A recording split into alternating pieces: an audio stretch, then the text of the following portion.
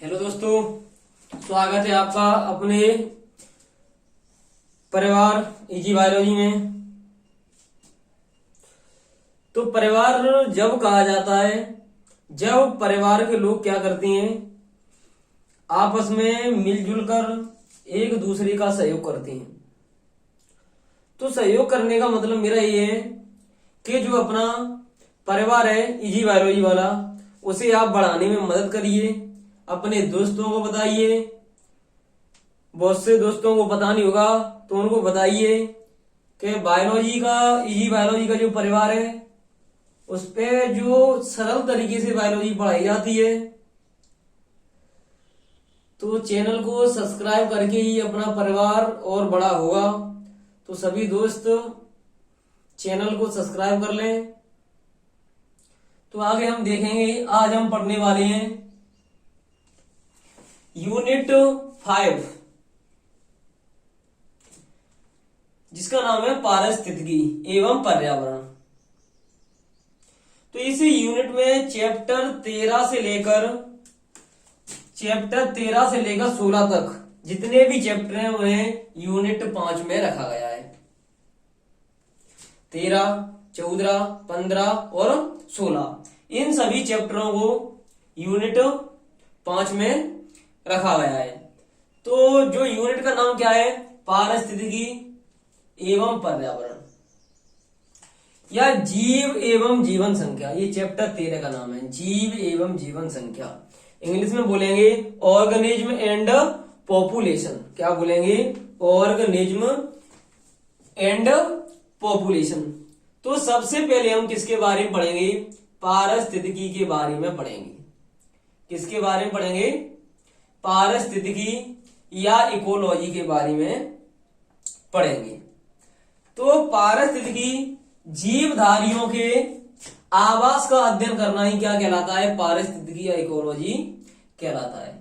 जो जीवधारी हैं, जो जीवधारियों का वातावरण से क्या संबंध है, या वह वातावरण पे क्या प्रभाव डालती हैं, या वातावरण उन पर क्या प्रभाव डालता है, इसके अध्ययन को ही हम क्या कहते हैं? पारिस्थितिकी या इकोलॉजी कहते हैं। फिर एक बार फिर समझेंगे पारिस्थितिकी। पारिस्थितिकी क्या है? तो अतः जीवधारियों के आवास का अध्ययन करना, जीवधारियों के आवास का अध्ययन करना, या जीवधारियों के बीच में जो संबंध होता है, जीवधारियों और वातावरण के बीच में जो संबंध होता है, क्या संबंध? जैसे जीवधारी वातावरण पर किस प्रकार प्रभाव डालती हैं, या वातावरण जीवधारियों पर किस प्रकार प्रभाव डालता है, उसे ही हम क्या कहते हैं? पारिस्थितिकी या इकोलॉजी कहते हैं। तो देखेंगे अब हम पारिस्थितिकी जो शब्द है इकोलॉजी, वो दो शब्दों से मिलकर बना है। कौन से? दो शब्दों से मिलकर बना है। तो पहला शब्द है ओएकोस। क्या है? ओएकोस। तो इसका अर्थ होता है हैबिट या आवास। क्या होता है? आवास। दूसरा है लोगस। तो लोगस का होता है स्टडी करना। क्या होता है? स्टडी करना। स्टडी का मतलब अध्ययन करना। क्या होता है? अध्ययन करना। तो जीवधारियों के आवास के अध्ययन करने को ही हम क्या कहते हैं? पारिस्थितिकी या इकोलॉजी कहते हैं। अब देखेंगे इसमें क्या है, अनेक वैज्ञानिकों ने या विभिन्न वैज्ञानिकों ने अपनी अलग अलग परिभाषाएं दी हैं। पारिस्थितिकी की क्या की हैं? अपनी अलग अलग भाषाएं दी हैं। तो उनमें से जो कुछ मोस्ट इंपोर्टेंट साइंटिस्ट हैं, अपन उनके बारे में पढ़ेंगे, उनकी परिभाषा को देखेंगे। तो पहला कौन है? अर्नेस्ट हैकेल के अनुसार इन्होंने क्या बताया है? इन्होंने बताया है किसी भी जीव के संपूर्ण कार्बन तथा अकार्बन वातावरण के आपसी संबंध को ही पारिस्थितिकी कहती हैं। जो कुछ भी बना है वो किससे बना है? कार्बन एवं अकार्बन तत्वों से ही बना है। इन्होंने यही बोला है कि किसी भी जीव के संपूर्ण जो भी तत्व बने हैं वो कार्बनिक और अकार्बन दोनों से ही बनी है। तो किसी भी जीव के संपूर्ण कार्बन तथा अकार्बनिक वातावरण के आपसी संबंध को ही पारिस्थितिकी कहती है। अब दूसरे वैज्ञानिक हैं अपने ओडम। तो ओडम के अनुसार 1971 में इन्होंने कहा है कि प्रकृति की संरचना एवं कार्यों का अध्ययन ही प्रकृति की संरचना, प्रकृति में जो उनको चारों तरफ दिखता है वो क्या है, पृथ्वी की संरचना। अब पृथ्वी की संरचना एवं कार्यों का अध्ययन ही क्या कहलाता है, पारिस्थितिकी कहलाता है या इकोलॉजी कहलाता है। तो अब देखेंगे इकोलॉजी की कुछ शाखाएं भी हैं। तो वैसे तो बहुत हैं, पर इनमें से इनकी दो शाखाएं प्रमुख हैं। कौन सी? स्वपारिस्थितिकी। कौन सी? स्वपारिस्थितिकी। तो स्वपारिस्थितिकी का अब स्व से ही समझ में आ रहा हुआ, स्व माने होता है जो स्वयं या एक ही। तो देखेंगे जब किसी एक जीवधारी एवं उसके वातावरण का अध्ययन करते हैं तो उसे स्वपारिस्थितिकी कहते हैं। सिर्फ किसका?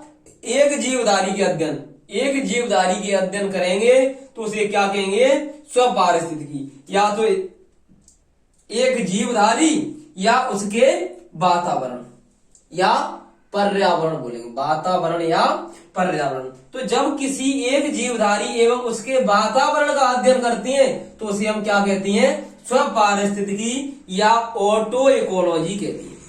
क्या कहती हैं? ऑटो इकोलॉजी कहती हैं। अब दूसरी हेडिंग बनती है अपनी समुदाय पारिस्थितिकी। समुदाय, इसमें अपन ने एक का किया, अब इसमें समुदाय तो पता ही है। समुदाय क्या होता है? तो जब किसी क्षेत्र में पाई जाने वाली विभिन्न जाति किसी एक क्षेत्र में या किसी भी क्षेत्र में विभिन्न जातियों के एवं वातावरण के, विभिन्न जातियों एवं वातावरण के पारिस्थितिक संबंधों के अध्ययन को ही समुदाय पारिस्थितिकी या साइनो इकोलॉजी कहते हैं। तो अब हम देखेंगे पारिस्थितिकी या वातावरणीय पर्यावरणीय कारक।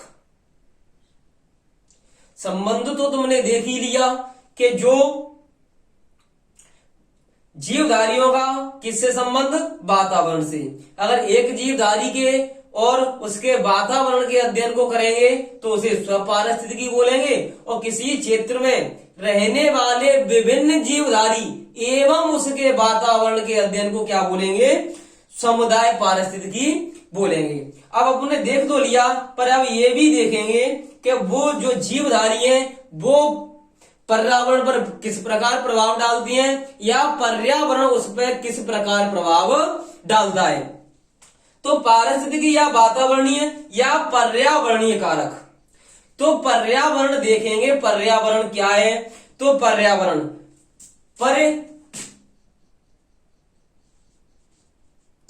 प्लस आवरण,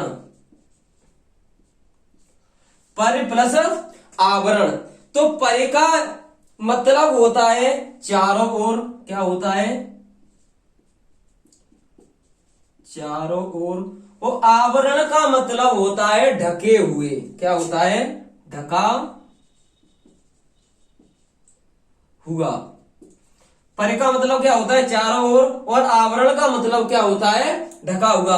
अगर इसमें अपन बीच में से लगा दें तो क्या हो जाएगा, चारों ओर से ढके हुए आवरण को ही हम क्या कहते हैं, पर्यावरण कहते हैं। जो हमारे चारों ओर जो हमको कुछ भी दिखता है, जो हमारे चारों ओर हमको कुछ भी दिखता है वो ही क्या है, हमारा पर्यावरण है। तो उसको कैसे बताएंगे, चारों ओर से ढके हुए आवरण को ही हम क्या कहते हैं, पर्यावरण कहते हैं।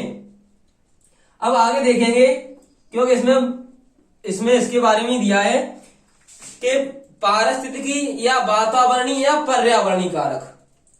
तो देखेंगे वातावरणीय कारक और पर्यावरणीय कारक या पारिस्थितिकी कारक। तो वातावरण की उन परिस्थितियों को जो जीवधारियों के जीवन चक्र को प्रभावित करती है उन्हें वातावरणीय कारक कहती हैं।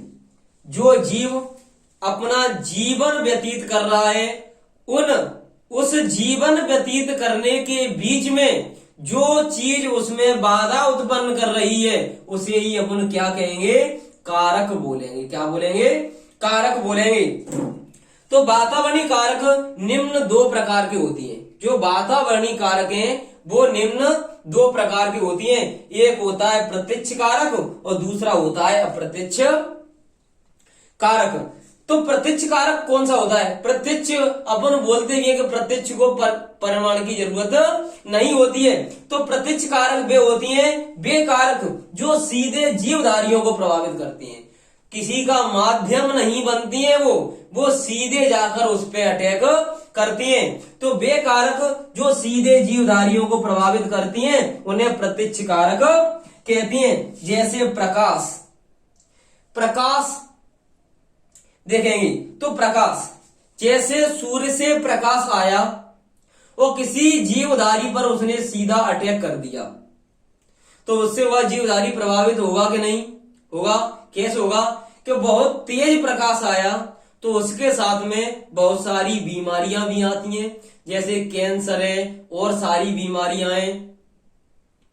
तो किसके साथ? तो ये क्या करता है, सीधे प्रकाश क्या करता है, जीवधारी पर प्रभाव। तापमान, अगर तापमान ज्यादा होगा तो उससे भी जीवधारी क्या होगा, प्रभावित होगा। वायु, आर्द्रता, ये नहीं ये कि जीवधारियों को ही प्रभावित करती हैं, ये आपस में एक दूसरे को भी प्रभावित करती हैं। जैसे मानेंगे कि प्रकाश किसी जगह पर ज्यादा हुआ, किसी जगह पर प्रकाश ज्यादा हुआ तो उस जगह की आर्द्रता कम हो जाएगी या उस जगह की नमी कम हो जाएगी। और जल, मृदा आदि ये सभी क्या है, प्रत्यक्ष कारक है। तो मैंने बताया अगर किसी जगह पर प्रकाश की अधिकता होगी या ज्यादा तेजी से प्रकाश पड़ेगा और उस जगह की आर्द्रता क्या हो जाएगी, कम हो जाएगी या उस जगह की नमी कम हो जाएगी। अब अगला है अप्रत्यक्ष कारक। अप्रत्यक्ष कारक वे कारक जो जीवधारियों को अप्रत्यक्ष रूप से प्रभावित करती हैं उन्हें अप्रत्यक्ष कारक कहती हैं। वो सीधे अटैक नहीं करती हैं, कहने का मतलब ये है उस पर सीधे अटैक नहीं करती हैं, उन्हें अप्रत्यक्ष कारक कहती हैं। जैसे मिट्टी की संरचना, जो मिट्टी की बनावट है वो तो होगी, तो किसी पर सीधे अटैक नहीं करेगी। मिट्टी के सूक्ष्म जीव वो किसी के माध्यम से ही करेंगे, ठीक है। और ढलान आदि। तो आई होप सभी को अच्छी तरह समझ में आया होगा। और क्या करेंगे, आप इसको नोट भी करेंगे, क्योंकि नोट नहीं करोगे तो आपको दिक्कत आएगी। इसलिए पेन और पेपर लेके ही बैठे और उसको साथ ही साथ नोट करते चले। और मैंने पहले भी बोला है, अब लास्ट में फिर बोल रहा हूं कि अपने परिवार को बड़ा करने में मदद करें। अपने परिवार इजी बायोलॉजी को जो तुम प्यार दोगे उससे क्या होगा, हम भी आपके लिए अच्छी अच्छी वीडियो लेकर आएंगे और आपको भी अच्छी तैयारी करने का मौका मिलेगा।